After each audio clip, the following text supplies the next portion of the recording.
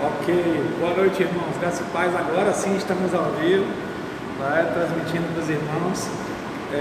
Hoje nós estamos retomando aí os cultos presenciais. Temos alguns irmãos que estão aqui no templo e você que está aí ouvindo de casa ou de outro lugar. Estamos dando uma sequência de estudos temáticos, falando sobre vários temas nas últimas semanas, e hoje nós vamos falar especificamente sobre discipulado, que é um dos fundamentos do reino, de quem é de Jesus, de quem se entregou ao Evangelho de Jesus. Discipulado é algo fundamental, não é opcional, e eu gostaria de compartilhar um pouco esse estudo hoje a respeito desse tema. Então, antes de mais nada, quero lembrar ou trazer o conhecimento de alguns irmãos, que a gente tem a Bíblia em português, mas ela não foi escrita em português. Todo mundo sabe que ela foi escrita em grego, hebraico e aramaico, que são as línguas originais. O Novo Testamento, em sua maioria, foi escrito em grego e aramaico, e o Velho, em sua maioria, em hebraico.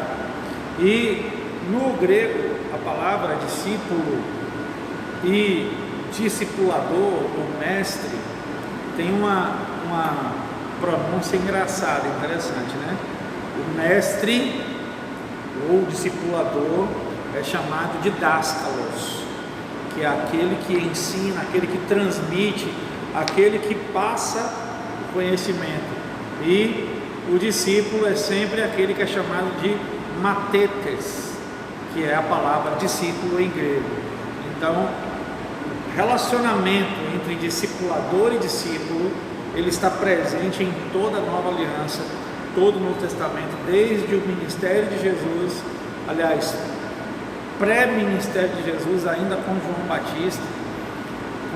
Quando João Batista estava batizando no deserto, ele já tinha discípulos, ele já cultivava o ministério do discipulado, e no ministério de Jesus se consolidou mais ainda o ministério do discipulado. Antes de a gente mergulhar nos textos de hoje, eu quero começar com aquele texto que é o texto áureo, É o texto que todo mundo fala sobre o discipulado, sobre o batismo. A gente inclusive comentou sobre ele esses dias, que está em Mateus capítulo 28, versículos 19 e 20, que é o texto que todo embaixador do rei sabe.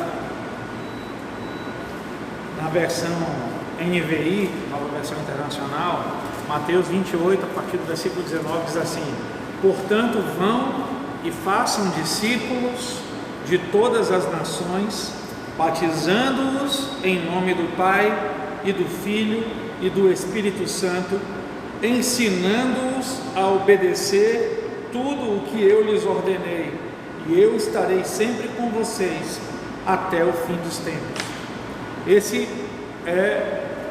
Essa é uma ordenança de Jesus, foi deixada aqui em Mateus, já depois da sua ressurreição. Ele já tinha sido crucificado, morto, ressurreto ao terceiro dia, estava quase sendo levado aos céus, e ele deixa essa ordenança para os seus apóstolos, para a sua igreja. Ele diz, portanto, o portanto é porque antes ele fala, toda a autoridade me foi dada no céu e na terra. E aí ele fala, portanto, vão e façam discípulos de todas as nações, batizando-os em nome do Pai, do Filho e do Espírito Santo, e ensinando-os a obedecer tudo o que eu lhes ordenei. Tem uma versão que fala, ensinando-os a guardar tudo o que vos tenho mandado. Eu acho interessante porque o ide, fazer discípulos, na verdade não foi mal traduzido e ficou por causa da tradição na Bíblia, ide, pois, fazer discípulos em todas as nações. Mas não existe um ide nesse texto aí de Mateus 28. Tem o outro lá de Marcos, ide, pregar o Evangelho a toda criatura, mas nesse daqui não tem ide, tem indo, fazei discípulos de todas as nações. Então o indo fala muito sobre a essência do discipulado, que é algo dinâmico. Indo é gerúndio, né? Então enquanto você está indo, enquanto você está comendo, enquanto você está trabalhando, enquanto você está fazendo suas coisas diárias, suas atividades diárias, enquanto você está reunido em família, enquanto você está conversando com seus irmãos, enquanto você está fazendo alguma coisa, enquanto você está indo, faça discípulos de todas as nações. E como é que se faz discípulos? O que é fazer um discípulo? A primeira coisa, o texto fala: batize ele em nome do Pai, do Filho e do Espírito Santo. Insira ele no corpo de Cristo, insira ele oficialmente na igreja de Jesus na terra. E o texto fala depois: ensine eles a obedecer tudo o que eu lhes ordenei, e eu estarei com vocês para sempre, até o final dos tempos. Tem gente que pega só esse final do texto, né? E eis que estarei convosco todos os dias, até a consumação dos séculos. Aleluia, Jesus falou que estaria conosco todos os dias. Podemos ficar tranquilos nessa promessa, mas a promessa de Ele estar conosco todos os dias até a consumação dos séculos está diretamente ligada àqueles que fazem discípulos. Então eu faço discípulos e tenho a garantia de que o Senhor Jesus vai estar comigo nisso, todos os dias. Ou seja, fazer discípulos é uma atividade também de todos os dias, não é? E o discipulado, ele envolve muito mais do que você ler uma cartilha, uma revista, um livro ou qualquer outro documento escrito para alguém que está chegando na igreja ou tem acabado de entregar a sua vida a Jesus. Por muito tempo a gente aprendeu errado que discipulado era uma classe para novos convertidos na igreja, para aqueles novos convertidos aprenderem as bases da fé cristã. Então você tinha o professor, aí você tinha uma turma, você tinha uma revista e você tinha as atividades que era para eles fazerem para aprender. Então isso era chamado de discipulado, e infelizmente ainda é em muitos lugares, né? Isso é o resumo do que a gente considerava discipulado e que muitos consideram ainda.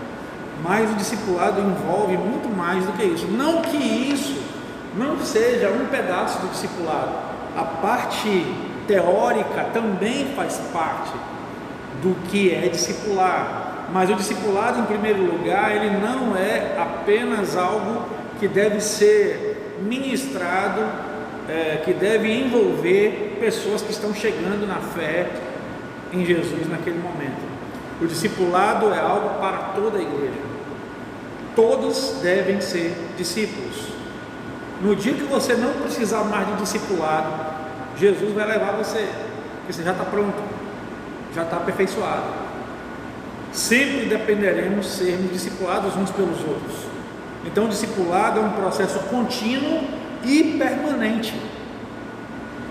Precisamos estar debaixo do discipulado de alguém, ao lado do discipulado de alguém, sendo ministrados e ministrando na vida de alguém.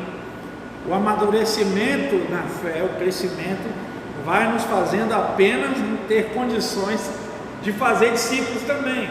Mas o fato de eu fazer discípulos não significa que eu não precise ser discípulo. Eu preciso ser discípulo para fazer discípulos.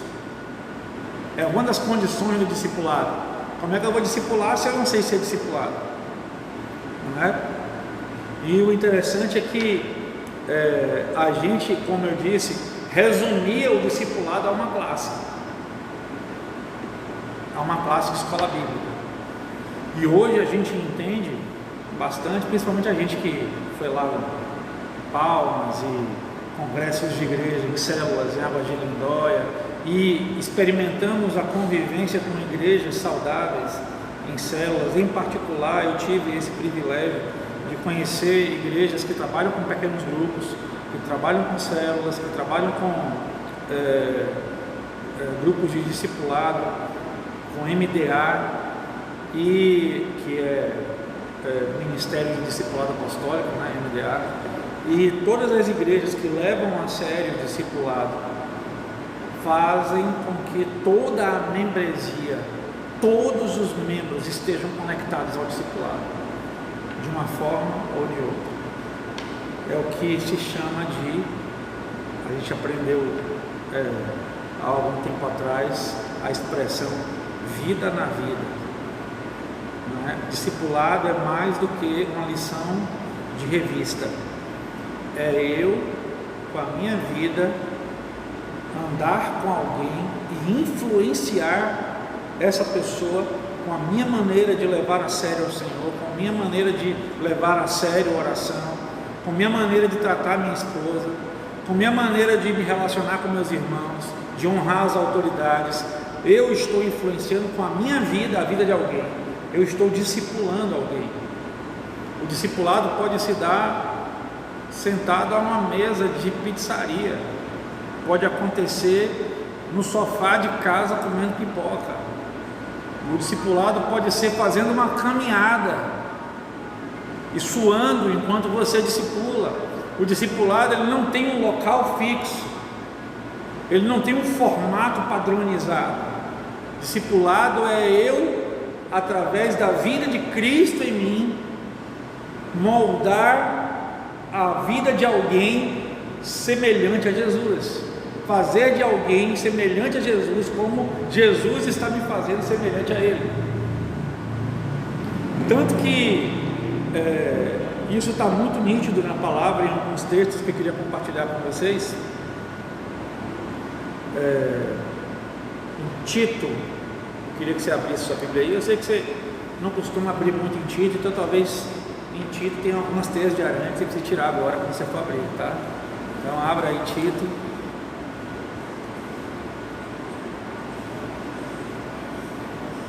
Tito, capítulo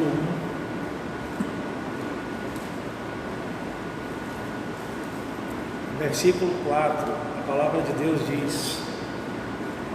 Aliás, antes de a gente ler, eu queria dizer para vocês que estão aqui presencialmente, vocês podem me interromper, levantar a mão, perguntar, viu? Qual pergunta, Nadia? O PGM, ele é do lado direto? O PGM é um ambiente propício ao discipulado, só que ele é multiuso.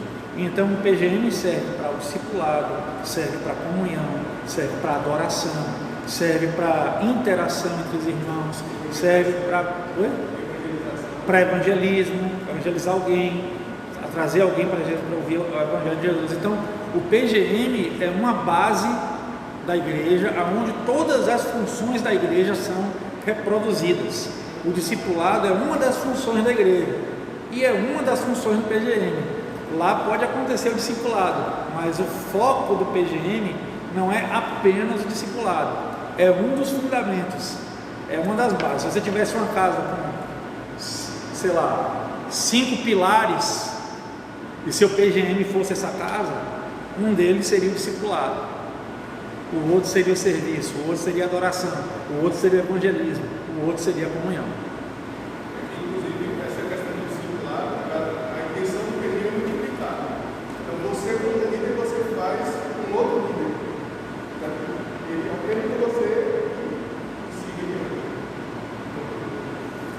Tito 1, versículo 4, a palavra diz: a Tito, meu verdadeiro filho em nossa fé comum, graça e paz da parte de Deus Pai e de Cristo Jesus, nosso Salvador. A razão de tê-lo deixado em Creta foi para que você pusesse em ordem o que ainda faltava e constituísse presbíteros em cada cidade, como eu o instruí.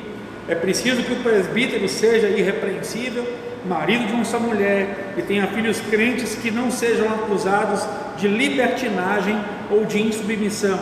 Por ser encarregado da obra de Deus, é necessário que o bispo seja irrepreensível, não orgulhoso, não briguento, não apegado ao vinho, não violento, nem ávido por lucro desonesto. É preciso, porém, que ele seja hospitaleiro, amigo do bem, sensato, justo, consagrado, tenha domínio próprio e apegue-se firmemente à mensagem fiel, da maneira como foi ensinada, para que seja capaz de encorajar outros pela sã doutrina e de refutar os que se opõem a ela, pois há muitos insubordinados que não passam de faladores e enganadores, especialmente os do grupo da circuncisão. É necessário que eles sejam silenciados, pois estão arruinando famílias inteiras, ensinando coisas que não devem, e tudo por ganância. Vamos parar aqui. Olha que interessante. Paulo escreve para Tito, dizendo: Tito, estamos com um problema geral aí na sua região. Por falta de discipulado, as igrejas estão sendo enganadas por ensinadores de malignidades, ensinando coisas que não devem, por ganância, faladores, enganadores, e eles precisam ser silenciados. Como é que eu silencio uma heresia, um falso ensinamento, uma falsa doutrina? Discipulando pessoas para assumirem liderança no meio do povo de Deus. Aí ele fala: então levante pessoas, constitua presbíteros, líderes em cada cidade, e que ele seja irrepreensível, marido de uma só mulher, tenha filhos crentes, não briguento, hospitaleiro, justo, consagrado, domínio próprio, e que seja capaz de se apegar à mensagem fiel, como foi ensinada, para que seja capaz de encorajar os outros, encorajar os outros pela sã doutrina e refutar os que se opõem a ela. A melhor maneira de você fazer com que as pessoas se fortaleçam na sã doutrina é preparando líderes capazes que possam encorajá-los nessa doutrina e refutar aqueles que se opõem à verdade da palavra. E olha que aparecem muitos dentro da igreja, muitas vezes. E o interessante é que quando Paulo fala isso para Tito, ele chama Tito de meu verdadeiro filho em nossa fé comum. Então isso deixa muito claro que Paulo tinha Tito como um discípulo. Paulo foi discipulador de Tito, com certeza. E ele fala: do jeito que eu fiz com você, eu quero te dar agora uma orientação. Eu te mandei para Creta com uma missão. A missão é botar em ordem essa bagunça que está aí. Como é que você vai botar em ordem? Gente que está falando heresia, gente que está se desviando da verdade, gente que está com problema em casa, gente que está enganando a igreja. Levante homens de Deus, trabalhe na vida deles, que eles sejam íntegros, que eles sejam um exemplo, para que os outros olhem para eles e imitem eles. A única função de a qualificação do presbítero ser tão exigente, tão alta, precisa de tantas virtudes, é porque o presbítero, o pastor, o bispo, o líder, ele era o modelo a ser seguido pela membresia. Tem gente que chega ao absurdo de dizer: aí ó, presbítero tem que ser marido de uma só mulher. Então quer dizer que os outros que não são líderes podia ter mais de uma mulher, podia ter duas mulheres, podia ter três, só o presbítero que não podia ter mais de uma mulher. Já me perguntaram isso. E é uma pergunta coerente, você não acha? Se ele está falando que o critério, um dos critérios é que o presbítero seja marido de uma só mulher, é sinal de que existia gente dentro da igreja que tinha capacitação para ser líder, mas não se qualificava nesse quesito. Aí você me pergunta: então por que existia isso? Primeiro, porque o cristianismo é uma cultura que veio se sobrepor à cultura pagã da sua época. Ela veio estraçalhar os conceitos e os valores de sua época e estabelecer os conceitos e valores do reino de Deus. Só que muita gente que se convertia já estava casado há 20 anos com 5 mulheres, com 4, convertia de verdade. Mas vai fazer o quê? Vai largar as mulheres tudo? as esposas, cada uma com 3, 4 filhos. Ia ser um problema social muito maior. E então a igreja acolhia essas pessoas que se convertiam, mesmo elas não estando na posição ideal que o cristianismo solicitava. Acolher é uma coisa, colocar em posição de liderança é outra. Então a pessoa era acolhida, mas o líder, o presbítero, o pastor, o bispo não podia dar mau exemplo em nada. Então, se eu aspirava à liderança para discipular outros, inclusive, eu não podia ter mais de uma esposa. Por quê?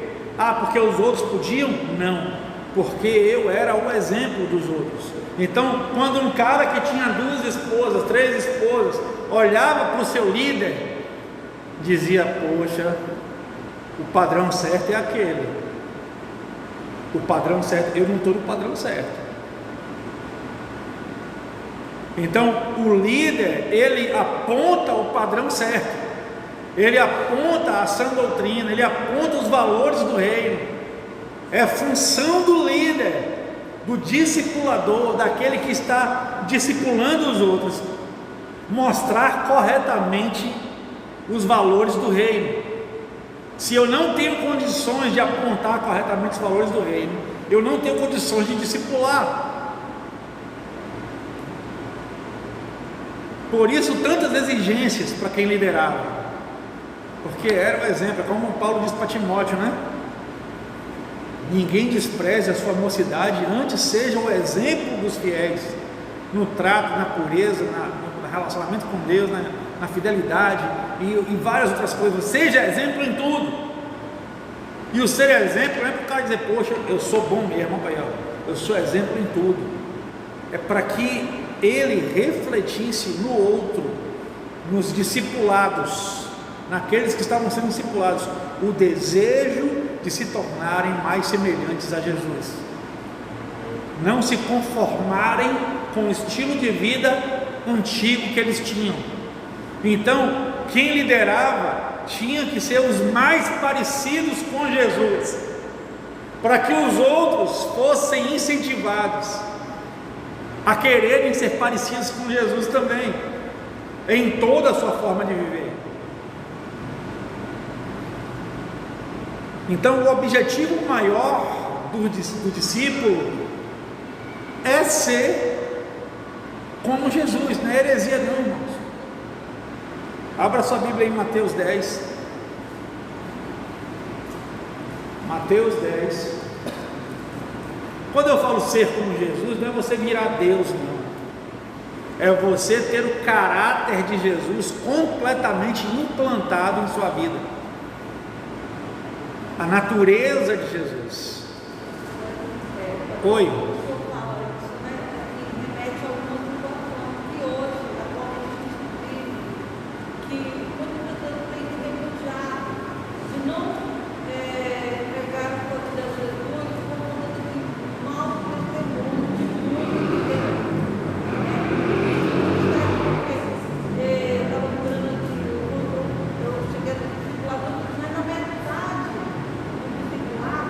A pessoa fica também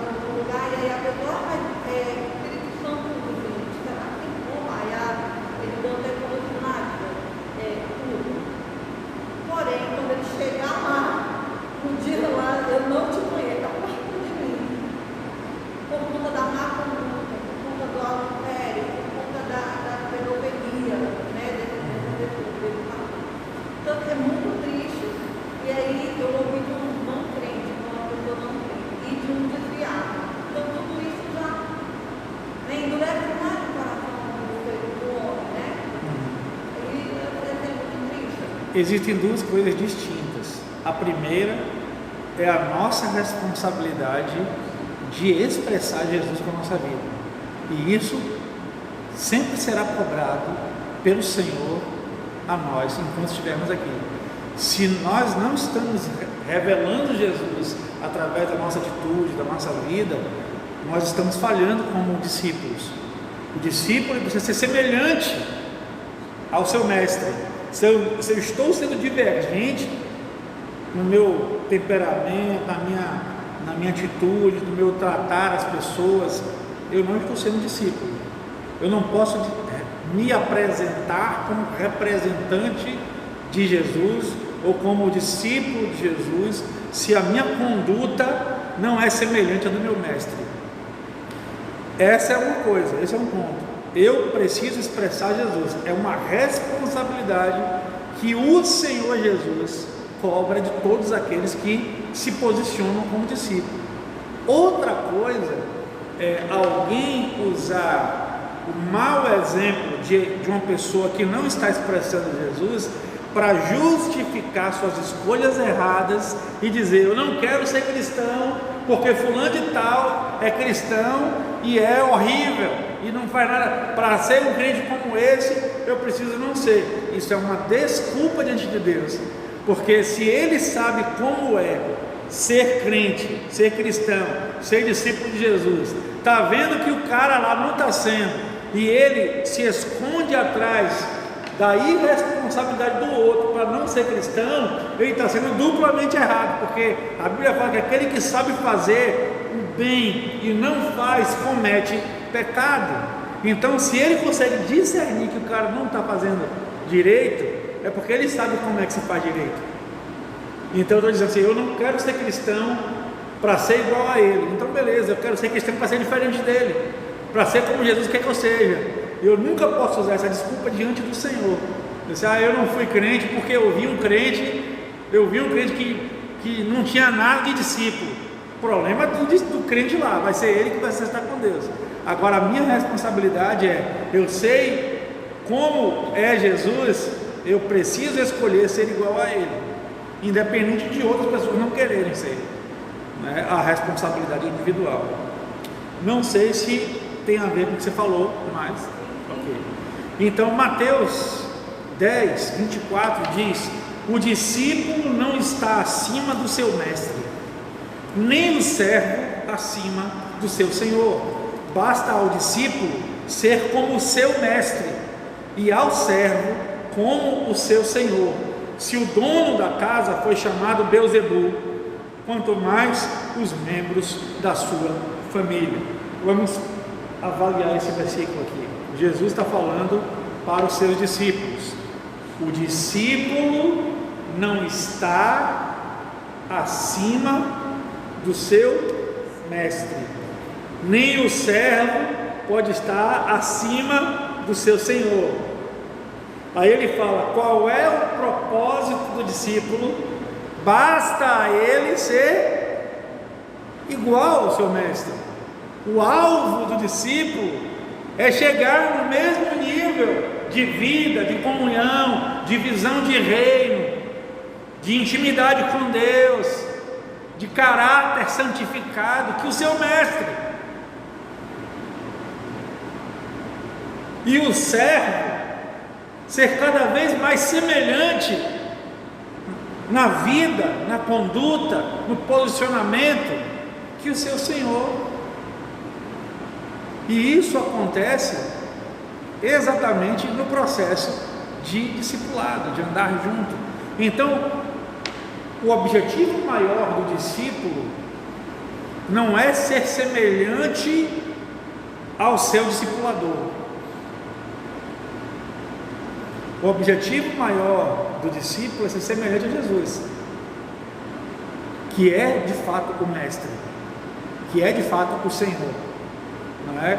Então, como Paulo disse para a igreja: sejam meus imitadores, como eu sou de Cristo. Aí você fala: então, Paulo não mandou ser imitador dele? Preste atenção no versículo: sejam meus imitadores, como eu sou de Cristo.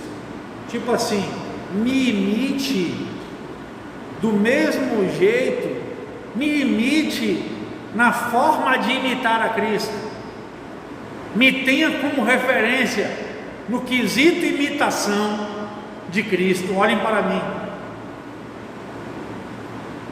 no quesito imitação de Cristo, façam como eu faço, imitem a Cristo como eu imito. Ele continuava como referência de discipulado, mas o alvo era Cristo, não ele. Ele não queria pessoas iguais a ele queria pessoas iguais a Cristo. E existe uma outra coisa que é chamada o princípio da honra. Podem me interromper quando quiserem, tá? O princípio da honra, que tem conexão com o discipulado e que muitas vezes na nossa denominação, na geração de igreja que vivemos hoje, é um pouco esquecido, está sendo resgatado há pouco tempo. Está em 1 Timóteo, eu quero convidar você a abrir a Bíblia aí, 1 Timóteo capítulo 5. 1 Timóteo capítulo 5, a partir do versículo 17. A palavra de Deus diz: os presbíteros que lideram bem a igreja, está falando de líderes, né?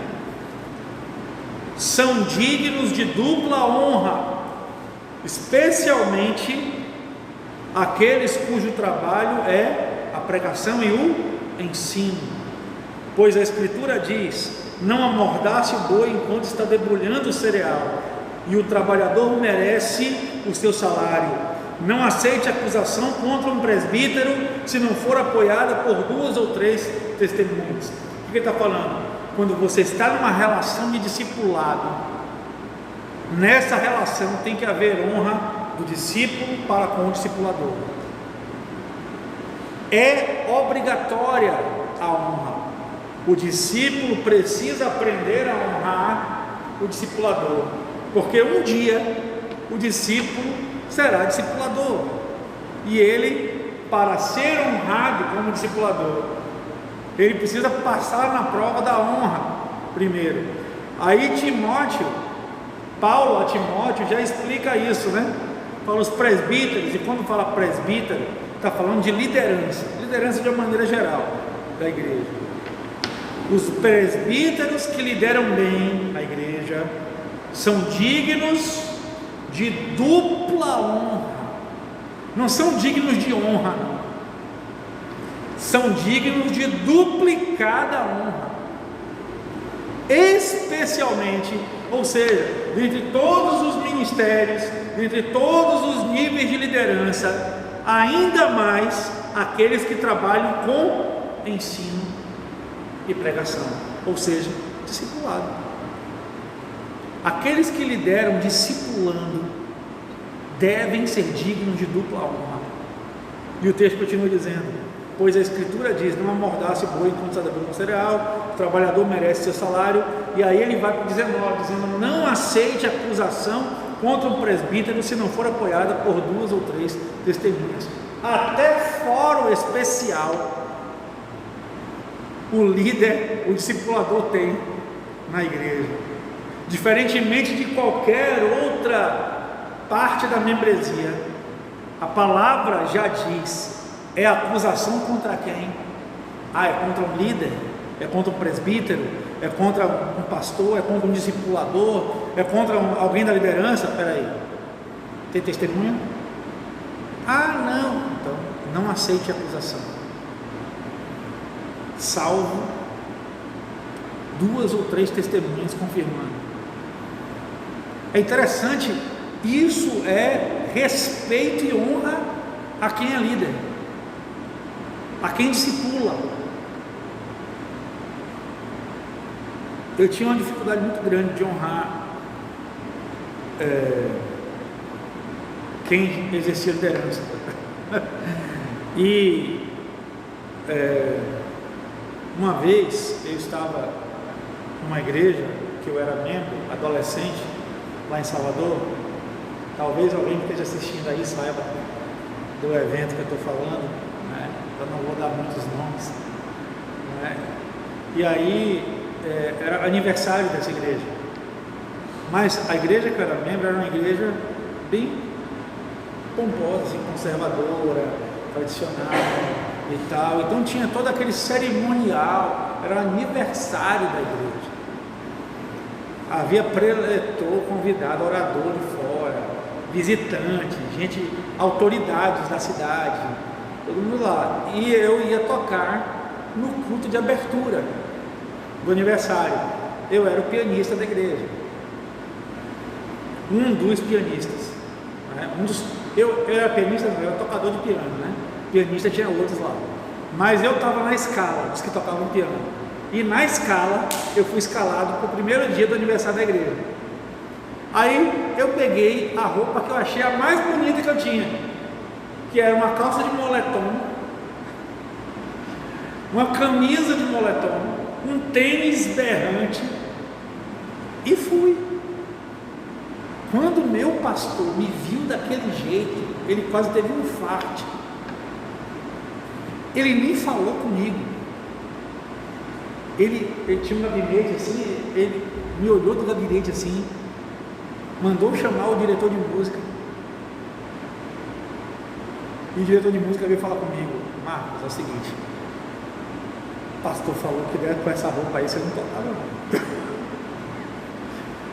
Você pode trocar lá rapidinho em casa e voltar, porque a gente espera você, mas assim não está dando. Eu me senti tão ofendido com aquilo, tão irado, eu tive tanto ódio. Eu falei: como eu estou sendo envergonhado na frente das pessoas, estou sendo destratado. O que tem uma roupa dessa? Que é roupa que salva agora? E falei um monte de besteira, e fui chorar lá fora, daí na porta da igreja, fiquei lá choramingando, chorando lá, mas correndo, e eu desci, eu lá, e eu pensando comigo: nunca mais eu boto os meus pés nessa igreja, nunca mais, eu nunca fui tão desonrado, tão destratado como eu fui hoje. E eu lá, decidido a não fazer mais parte daquilo, chega o meu pastor lá fora.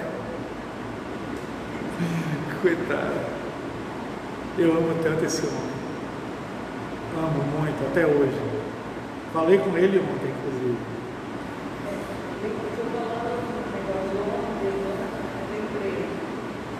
No início, quando eu fui liderada pela ex-dama, eu também tive dificuldade.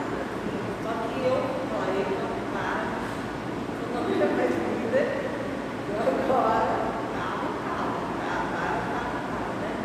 Por conta dessa personalidade forte, né? De liderança. E aí, muitas vezes eu queria tomar na frente.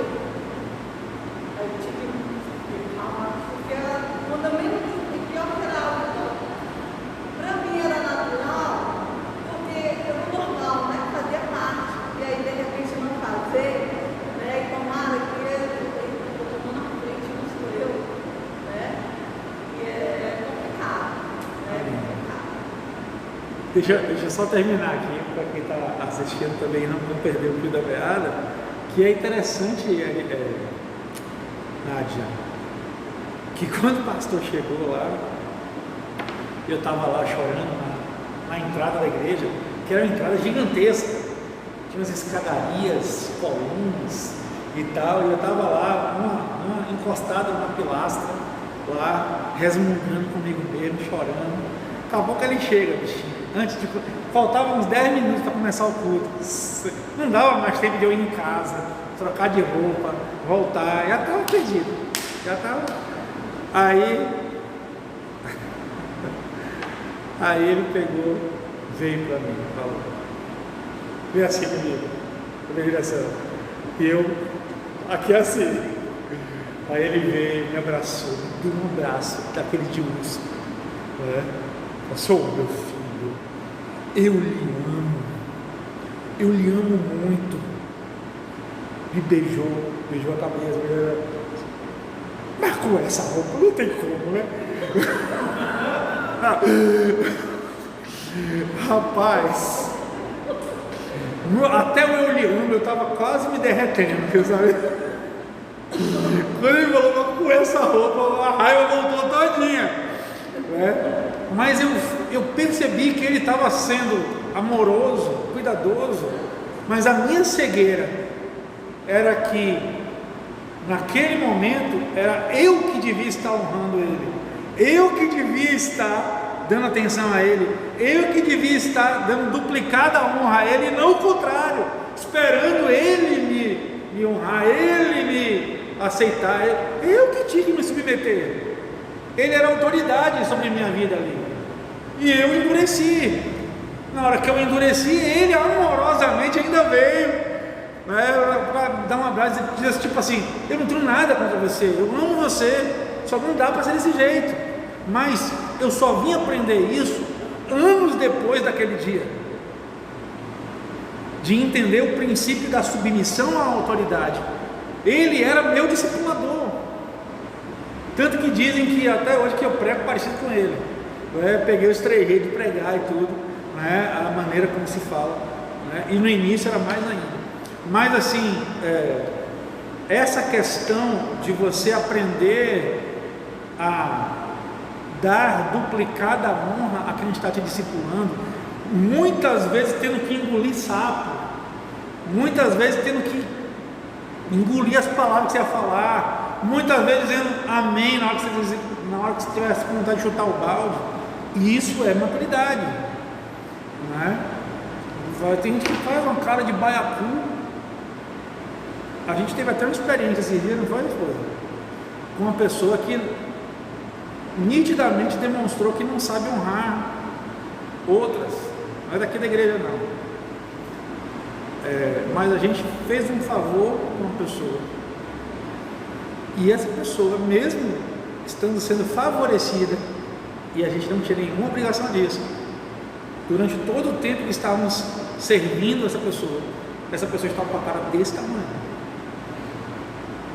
fechada. Terminamos de servir, de abençoar, você disse obrigado, nem a pessoa, simplesmente deu as costas e saiu. A gente ficou olhando assim, velho. Mas eu falei comigo uma coisa: filha, eu não estava esperando nenhum obrigado. Tudo bem, quem vai se dar mal depois com a vida é essa pessoa, mas a gente precisa tratar como Jesus trataria. Então a gente está fazendo como Jesus faria, mas ela precisa também aprender a tratar como Jesus trataria, como um discípulo de Jesus faria, né? E às vezes a gente tem essa dificuldade, a gente quer ter relacionamento, mas não que envolva necessariamente em algum momento eu precisar me sujeitar. E discipulado é sujeição, discipulado é sujeição, porque discipulado tem a ver com a sua sujeição à autoridade de Deus. Eu costumo dizer que os fariseus, eles não tinham nenhum problema com Deus. O relacionamento com Deus deles era maravilhoso. Eles davam dízimo, eles iam para a igreja toda semana, eles jejuavam 3 vezes por semana, mais do que muito crente, né? Eles oravam, faziam vigília. O relacionamento com Deus estava ótimo. O problema deles era aquele infeliz, daquele filho do carpinteiro, que queria dizer para eles o que eles tinham que fazer e o que eles não tinham que fazer, que eles estavam certos e eles estavam errados. Quem esse filho de carpinteiro pensa que é para querer mandar na gente, para querer dizer para a gente o que a gente tem que fazer, o que a gente não tem que fazer, o que está certo e o que está errado? Então o que eles não souberam? Discernir a autoridade de Deus que estava sobre Jesus, tentando discipular eles, sabe? Então discipulado envolve sujeição, porque quando eu me sujeito a quem me discipula, eu estou aprendendo indiretamente a me submeter ao governo de Deus. Eu não tenho como me submeter ao governo de Deus sem me submeter ao meu irmão. É impossível. É uma grande mentira que eu estou pregando. Se eu não souber me sujeitar aos meus irmãos, eu não sei me sujeitar ao governo de Deus. Sujeição é a base do governo de Deus. Submissão é a base da autoridade. O que é autoridade sem submissão? Nada. A submissão é a que legitima a autoridade. Então, se eu tenho um ato de deslegitimar quem me discipula, eu estou sendo insubmisso e automaticamente eu não estou me submetendo ao governo de Deus, que colocou, por acaso, exatamente aquela pessoa na minha vida para me discipular. Como Ele colocou você na vida de várias mulheres por muito tempo, colocou Elisandra agora na sua vida, colocou Marquinhos na vida dos adolescentes, colocou Raimundo e Ana na vida do PGM deles, não é? Então cada um foi colocado estrategicamente. Deus é sábio demais, e muitas vezes Deus vai testar a nossa submissão, vai testar a nossa sujeição. Isso é fundamento de discipulado. Só para terminar, eu sei que está na hora, né, Esther? Eu já contei essa história aqui só umas 5.000 vezes, então não faz mal contar mais uma. Eu tinha um discipulador que era o pastor Robson, que veio aqui, inclusive pregou aqui uma vez, ou duas já. Hã? Ele está assistindo? Pastor Robson, vou falar de você agora. Pastor Robson, homem de Deus, que Deus colocou na minha vida para aprender um pouco mais sobre discipulado. E o interessante é que os encontros que nós tínhamos de discipulado normalmente eram os fixos, né? Tínhamos da semana que de vez em quando se encontrava, ele me levava para o açougue dele em algum lugar, mas o certo mesmo era no domingo à tarde a gente ir para a casa dele e ser ministrado, andar com ele, conviver com a família dele, com a esposa, com as filhas, com os irmãos dele. Todo mundo se juntava, almoçava junto, jantava junto, orava junto e tal, era aquela coisa. E eu morava em Salvador, quem conhece aqui sabe que é uma cidade bem grande. Eu morava numa extremidade da cidade e ele morava em outra extremidade da cidade. Então de ônibus era mais ou menos 1h e 45 minutos a 2 horas de viagem do ponto de ônibus que eu pegava o ônibus, que já era longe da minha casa, para a casa dele. Porque eu pegava um ônibus, soltava na estação de transbordo, de lá eu pegava, esperava outro ônibus chegar para chegar até a casa dele. Era assim. Quem conhece Salvador, eu vou dizer o bairro que ele morava, Praia do Flamengo. Eu morava na Cidade Baixa, perto do Bonfim. Uma coisa totalmente diferente da outra. E aí, por algum acaso do destino, nesse domingo específico, eu cheguei no ponto de ônibus e o ônibus, o infeliz do ônibus, não passou. Ou quebrou, ou passou antes de eu chegar, mas no horário que era para ele estar lá, ele não estava. O que aconteceu? Só veio passar outro ônibus 1 hora depois. E eu desesperado lá. Falei, meu Deus, vou chegar atrasado, no discipulado, e tinha uma outra irmã também que estava no ponto também, e agora e tal. Pronto, pegamos o bendito ônibus, vamos para lá, chegamos bastante atrasados. E aí sentamos, todo mundo lá, na área da casa dele. Pastor Robson, não sei se você lembra disso. E aí na hora que a gente senta, ele começa a reclamar por causa da nossa falta de compromisso. Como é que a gente marca para chegar no horário e chega muito depois, mais de 1 hora depois? Que irresponsabilidade era aquela nossa, que falta de compromisso e tal, e que isso não dava. E olha, ainda mais, ele dizia mais: se não gostou, pode se levantar e ir embora agora. Naquela hora, Nádia, pense no homem que desceu da cruz, o velho homem, desceu da cruz naquela hora. E eu já estava com as duas mãos na cadeira assim para me levantar. Eu acho que eu não ia só levantar e ir embora. Eu me ia dar uma cusparada assim na cara dele, sabe?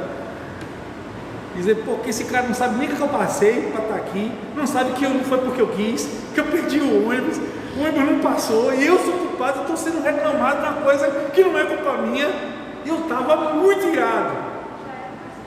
Hã? Ah, eu já era pastor. Só que nesse discipulado eu não era nada. Eu era só discípulo. Ele não era pastor na época, mas ele exercia autoridade sobre mim. Porque eu escolhi, falei, eu quero que você me discipule. Entendeu? Então, quer ser discipulado? Então, ó, esse negócio de pastor aí, deixa de lado agora, tá? Eu falei, tá. Isso no começo, né? Aí ele falou, quem não estiver gostando, se não estiver gostando do que eu estou falando, pode se levantar e ir embora. Aí eu travei as duas mãos na cadeira assim, vou levantar e agora. Tá pensando que ele está falando com quem? Quando eu fui levantar, o Espírito Santo me travou todinho na hora. Eu não consegui me mexer. E ele falou assim, quieto, senta aí, escuta tudo que ele está falando. Ele é autoridade sobre sua vida. Você precisa aprender a se sujeitar. Eu baixei a cabeça porque eu vim tudo. Com ele nem travando. Mas depois da ministração do Espírito em mim, eu não tinha como ter outra atitude. Eu tinha que ficar quieto. Foi uma das maiores lições da minha vida. E naquele dia, Deus nos visitou de uma maneira muito sobrenatural naquele discipulado. Coisas muito de Deus aconteceram ali, princípios foram estabelecidos, e eu perderia tudo isso se eu tivesse me levantado contra o meu discipulador e dado no pé, mesmo me sentindo injustiçado. Às vezes Deus está testando a gente, sabe? O problema não é entre você e a pessoa, é Deus usando a circunstância para testar seu coração, para saber o que há no seu coração. Não tem nada a ver, porque Eridã, às vezes nem Eridã, coitado de Eridã, coitado. Deus fala assim, deixa eu futucar o coração de Nádia aqui, para ver o que tem dentro dela. Vou usar minha serva Eridã para isso. Mas Eridã nem está sabendo, coitado, muitas vezes, né? E isso acontece com todos nós, de uma maneira geral. Mas discipulado é disponibilidade para se submeter. Eu estou disposto a me sujeitar a quem eu acho que eu sei mais, a quem eu acho que eu sou mais capacitado, a quem eu acho que eu sou melhor preparado, a quem eu acho que eu tenho mais maturidade, mais experiência da pessoa. Eu estou disposto a me sujeitar a alguém que eu acho inferior a mim. Isso é discipulado. É eu entender que não é a pessoa, é Cristo nele que vai trabalhar em mim. Não são os méritos da pessoa, não é as qualificações, o currículo, é a obra de Cristo dele, na vida dele, moldando a minha vida, me tornando semelhante a Jesus. Isso não se aprende em faculdade, não se aprende em seminário, não se aprende em escola bíblica, isso se aprende no caminhar com o Senhor e com os irmãos. Não tem jeito. Não tem jeito. Terminando agora, que falta só 1 minuto para as 9, né? Deixar aqui o maior princípio do discipulado. Se vocês esquecerem tudo que vocês ouviram hoje aqui, não esqueçam isso, tá? Pode, se quiser esquecer, não esqueça não, eu vou mandar para vocês os esboços. Mas o principal, o princípio maior do discipulado está em Filipenses 4, 8. Muita gente conhece pela metade. É um versículo muito conhecido pela metade. E aí você só tem metade da bênção, né? O texto diz: finalmente, irmãos, tudo que for verdadeiro, tudo que for nobre, tudo que for correto, tudo que for puro, tudo que for amável, tudo que for de boa fama, Se houver algo de excelente ou digno de louvor, pensem nessas coisas. Tudo o que vocês aprenderam, receberam, ouviram e viram em mim, faça o quê? Ponham em prática, e o Deus da paz estará com vocês. Na hora que eu me comprometo a colocar em prática o discipulado, eu tenho uma promessa maravilhosa sobre mim: o Deus da paz estará comigo. Se eu colocar em prática tudo que eu aprendi, tudo que eu recebi, tudo que eu ouvi e tudo que eu vi na vida daquele que me liderava, que me lidera, que me liderou, que vai me liderar, o Deus de paz será comigo. Não é? Esse é o princípio do discipulado: colocar em prática tudo que aprendemos, recebemos, ouvimos e vimos dos nossos discipuladores. Amém. Alguém quer perguntar alguma coisa? Nádia, Raimundo, Diana, Luciano, Cris. Ninguém? Paulo? Acredito, você não vai perguntar nada. Fala. Então, de tudo que foi dito aí, eu vou começar agora a obedecer o meu Você não obedecia, não? Amém. vou começar a obedecer. Amém. Amém. Mas é uma obediência consciente, bíblica. Não é tipo assim, Luciano falar: agora, Paulinho, vire de ponta cabeça, ou então pule uma perna só. Eu digo: ai meu Deus, é meu líder, não tenho que ir, né? Não é isso. É obedecer aquilo que está sendo ensinado na palavra, né? É obedecer o que ele está expressando como vida de Cristo na vida dele.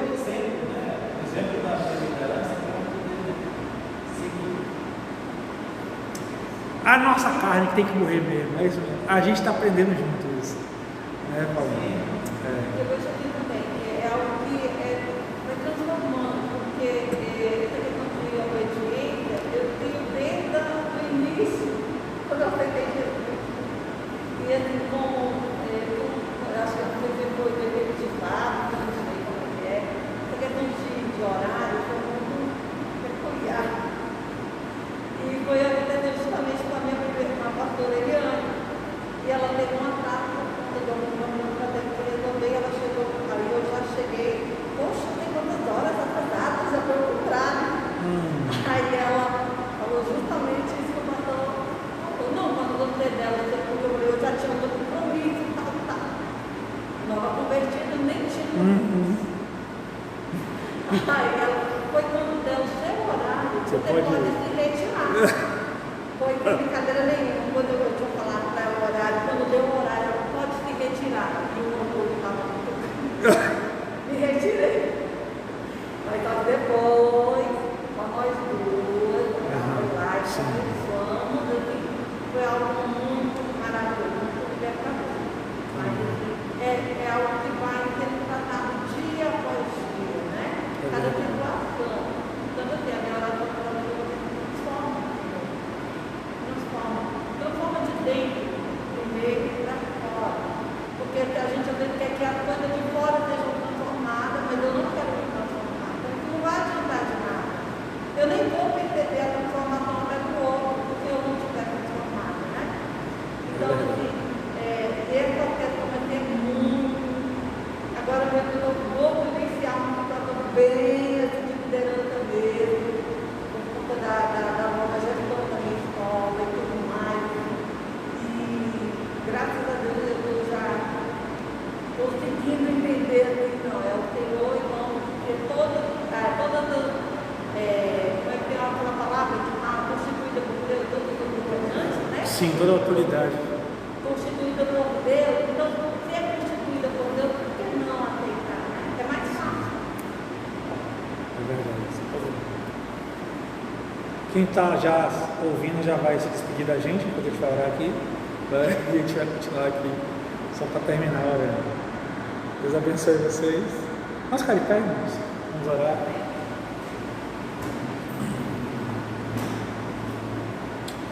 Amém. Que o Senhor te dê graça nessa nova gestão.